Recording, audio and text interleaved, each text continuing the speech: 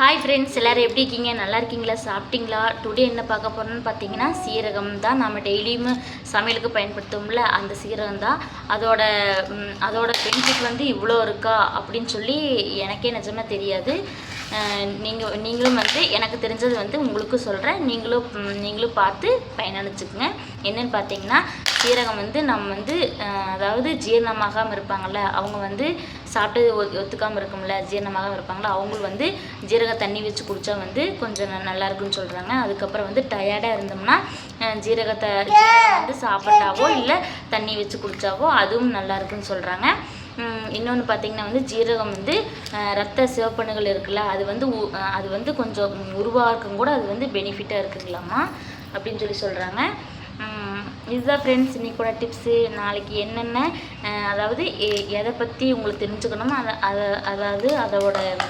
அதோட இது சொல்லுங்கள், நான் வீடியோ போடுறேன். Thank you friends.